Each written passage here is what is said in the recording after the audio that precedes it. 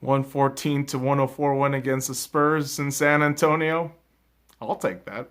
I'll fucking take that any day of the goddamn week. Man, oh man.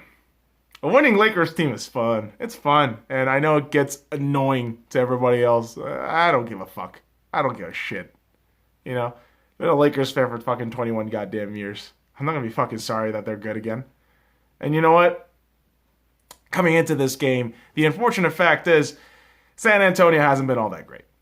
And, you know, this rivalry between the Lakers and San Antonio is just historic. It goes back to those battles in the Western Conference Finals. I mean, anytime in those fucking playoffs, I mean, it's just incredible the amount of history that these two teams have.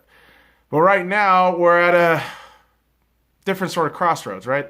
The Lakers are on the ascension, and the Spurs, unfortunately, right now are kind of in a decline. And in this game, where you see the Lakers just coming in with this swagger, with this unbelievably good, you know, team overall, and a Spurs team that's just hanging around because, you know, Pop still has a magnificent brain and his players will still work for him. And for the Lakers, I mean, you got bench depth back in. You got Alex Caruso coming back into the show, Caruso. And the first quarter really did start off relatively well for the Lakers. I mean, they got some good defensive stops, kept the overall score down to, 25 to 22, you know, with the Lakers leading. And it never felt as though the game would go out of control, except a bit of a scare in the second quarter. Second and third quarter, really. Where in the second quarter, it just felt as though San Antonio's shots were going off. You had Dwight get into technical troubles. I mean, it was a double technical between him and Lyles, but the whole thing was Dwight was not that great defensively today. He just wasn't, because LaMarcus Aldridge was giving him a fucking hard time. LaMarcus was absolutely on fire today. And the same could be said about a lot of these guys in San Antonio. DeMar DeRozan, White, Murray, Rudy Gay. I mean, Jakob Poeltl, he does things, and you know it's weird because it's hard to try to name all those specific names for the Spurs because it's a lot of pieces, and again, the brain is Pop. But when you have these individual pieces going off against a really good team in the Lakers, I mean, it's crazy to say that the Lakers are a good team right now, but yes, they are a good team, right? Relatively speaking to the rest of the NBA, number one overall, yeah, it's a good team right now. Against this good team, you know, on paper, you're not expecting much from the Spurs, but my God, the Spurs were giving us a show. They were making all sorts of field goals. I mean, whereas, you know, for Los Angeles, for the Lakers, it just felt as though shit was bouncing off the fucking rim. It just felt like misses after misses. And it just became incredibly frustrating because it felt the Spurs were in control. I mean, they were just trying to hold on to that ball, you know, shove it right back in our face.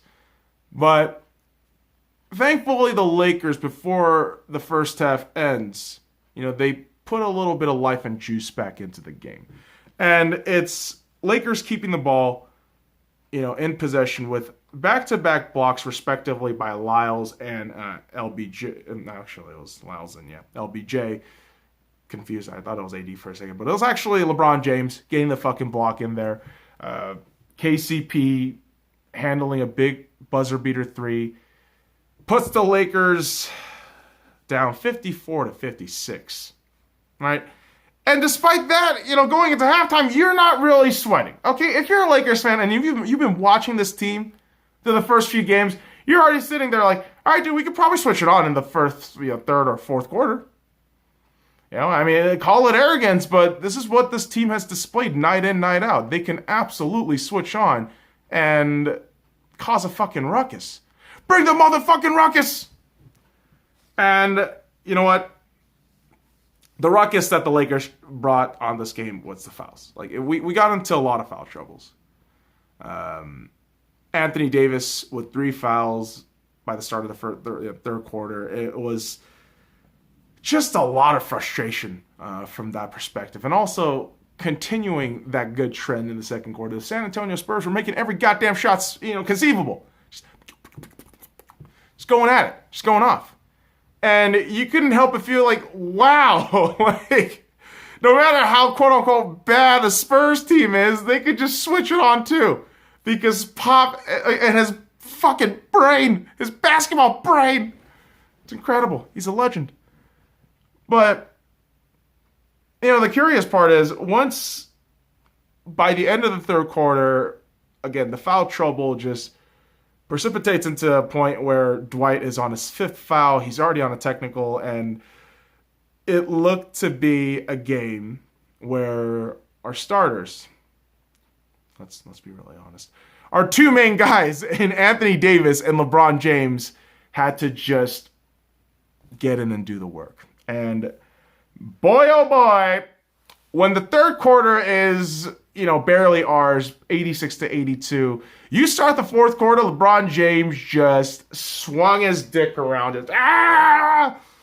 attacking people with like a dildo bat. And holy crap, he just went off. And AD finally getting some shots off. He gets his, good chunk of points in that fourth quarter, netting some clutch threes. And, by the time the Lakers start getting in rhythm, I'm already feeling a win. Maybe 5 minutes into the fourth quarter. And again, if this seems arrogant, if this comes off as douchey, I don't really give a fuck. All right? The Lakers are actually good again, and I can expect wins from the fucking distance.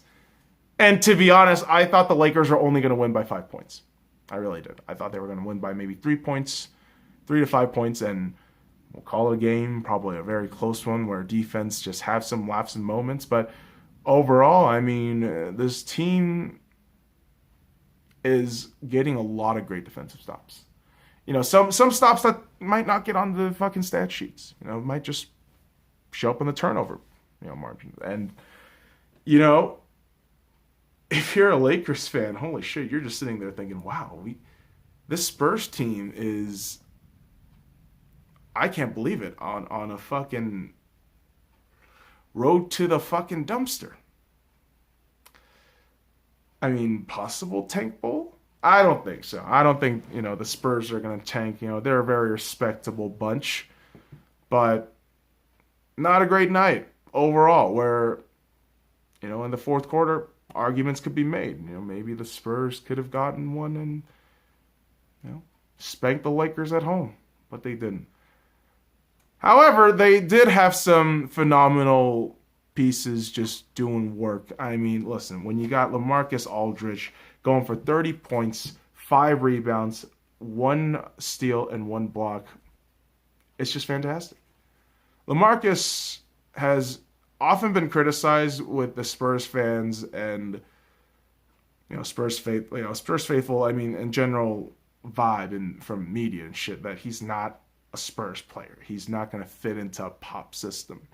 That's what they said about DeMar DeRozan, but I think he's thriving. I think he's doing relatively well. 24 points, 4 rebounds, 5 assists, and 2 blocks. Great night for him. And like I mentioned, the pieces in San Antonio may not be household names, but they get their job done. They cause havoc, they cause problems, and they can get baskets. Just like a guy like fucking Brian. Jesus, Brian Forbes. Is it Brian or Brian? I'm going to say Brian, just because I don't think I intentionally left out the end there. But yeah, Forbes. Forbes. 13 points, 3 rebounds, 5 assists, 1 steal. And Jakopato, 4 points, 8 rebounds, 1 assist, 1 steal, and 1 block. And this team kept it close all throughout. Except, again, in the fourth quarter when the Lakers decide, hey, let's just step on the fucking gas pedal and go 160. The Spurs couldn't stop it. The Spurs just could not stop the Lakers after they switched on. Holy crap, guys. The Lakers are fucking good. They're fucking good. And, of course, it's spearheaded by our two main guys, LeBron James and Anthony Davis. LeBron James, 33 points, 3 rebounds, 14 assists, 1 block. Holy fuck. That's good. That's fucking great. Wow. This is the revenge tour. Yeah, I'll admit, man, this has been very fucking impressive. It really has been. And like I said, I come off as a guy who seems like very critical of LeBron James, and I am. I'm not gonna hide that. But you know, last season when I just saw him as very like cancerous, selfish, just all around awful, not there for the basketball. This year, different kind of tone. He's setting the tone himself, and it's fairly impressive to watch now. Especially after considering last season, which was a fucking travesty. But we're in the new. We're in the now. And the now happens to be Anthony Davis. 19 points, 12 rebounds, 6 assists, 2 steals, 2 blocks. This man has a block every fucking game. This man has a block almost every goddamn game. Oh my God, LeBron and AD just, oh my God, AD. I love AD, man. This dude is just, he's a monster. Dude's a monster. A beautiful faced monster. And he's ours. And you know what? Whew. This Lakers team is giving me a lot of hope, a lot of optimism. And when you got guys like KCP being one of the main contributing factors as to you winning on the road against the Spurs, 14 points, 1 rebound, 1 assist, 2 steals for KCP. It's just fantastic, man. It's just great. You got guys like Daniels, Kuz, Rondo, and McGee all making huge contributions, not only on the offensive side, but on the defensive side too. Just incredible cohesion, and to just tally these wins early on is extremely impressive. And this could only help the cause moving forward, right? And the cause is the championship. I mean, what the fuck else is there, right? I know I've said my bare minimum expectation for this season is a 42-40 season. That was my bare minimum expectation. If you meet that, I'm good. I'm satisfied. At this point, I feel like they're gonna fucking break that goddamn low expectation and maybe do something fun. I don't know. It's too early to say. It's still too early to say. I will let you guys know that right now. It's still November. There's a lot of the games left to be played, and the next game happens to be a big one. National media coverage on ESPN. The Lakers go to New Orleans to take on the Pelicans. Yes, Anthony's former home for 7 years. I call him Anthony because he's one of our own. I could call him AD. Anthony, he's one of our own. And one of our own is going back to his old home. And I'm not going to lie to you. I think AD is going to have oh, man, I don't know. Dare I say another 40-20 game? I wouldn't be surprised at all. And I know the reports and, talks is, the New Orleans Pelicans are going to be very hostile towards Anthony Davis. You understand your organization from the top has been so fucking inept that they have more or less wasted the 7-year career of the New Orleans Pelicans, Anthony Davis. Do you realize that? Just letting you know right now. You fucked your own guy up. And granted, yeah, I mean, he made a couple of mistakes. He may not have been, healthy all those seasons, all that shit. And in the playoffs, he might not have, gotten to the level that everybody, desperately wanted. A 60-point. You don't have a fucking team around him. Now you barely have a fucking skeleton of a team that's farting itself out in the Western Conference, and that's the team you're embracing. All right. Okay. But, I mean, AD chose Los Angeles, where the stars are, the Lakers. So, with that piece of arrogance, boys and girls, I'm going to go off and celebrate. Follow me at the Sky Lounge on all the links in the description below. Like, comment, subscribe for more daily contents. Let's go Lakers.